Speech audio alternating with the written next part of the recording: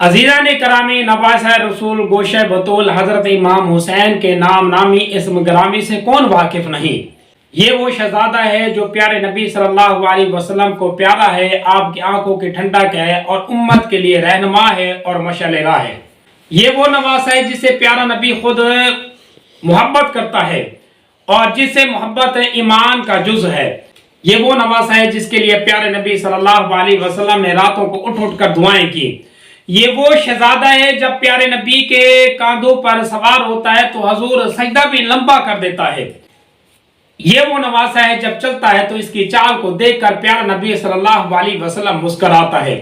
ये वो शहजादा है जिसको कांधों पर बिठा के प्यारे नबी सल्लल्लाहु अलैहि वसल्लम ने अपने जुल्फे थमाई, जिसके मुंह में प्यारे नबी सल्लल्लाहु अलैहि वसल्लम ने अपने लाब दहन डाला और इसका नाम खुद अपने जबान से रखा। ये वो शहजादा है जो जन्नत के जवानों का सरदार है।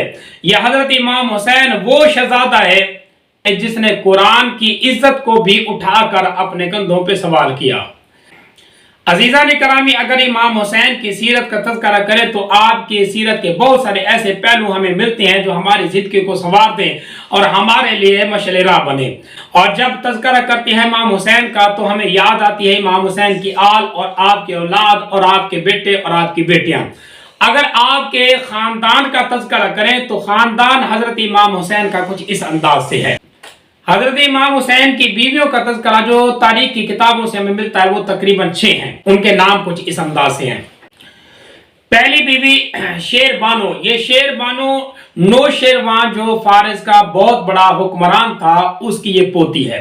और दूसरी बीवी उम्मे रुबाब और तीसरी बीवी उम्मे इसहाक। ये उम्मे रुबाब वो खातून है जो करबला के मैदान में हजरत इमाम हुसैन के साथ गई और वहां असीरान में ये शामिल होकर फिर दोबारा मदीना मुनव्वरा में पहुंची।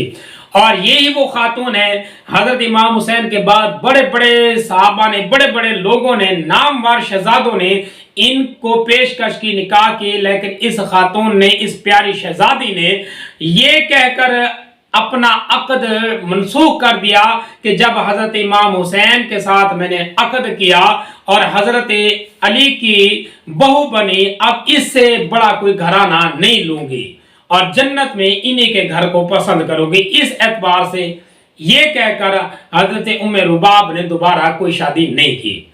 और तीसरे नंबर पर उम्मे इसहाक है जो हजरत इमाम हुसैन की बीवी है। और चौथे नंबर पर आतिका बिन्ते ज़ैद, ये हजरत इमाम हुसैन की बीवी है। और 5वें नंबर पर उम्मे लैला है, ये हजरत इमाम हुसैन की बीवी है।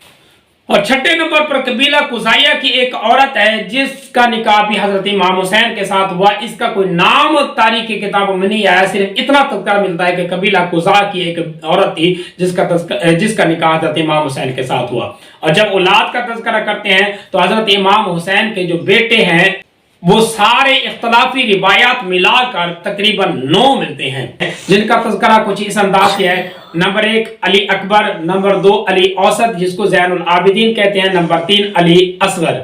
ये अली असगर वो शहजादा है जो हजरत इमाम हुसैन के साथ करबला के मैदान में बचपन की हालत में शहीद हुए।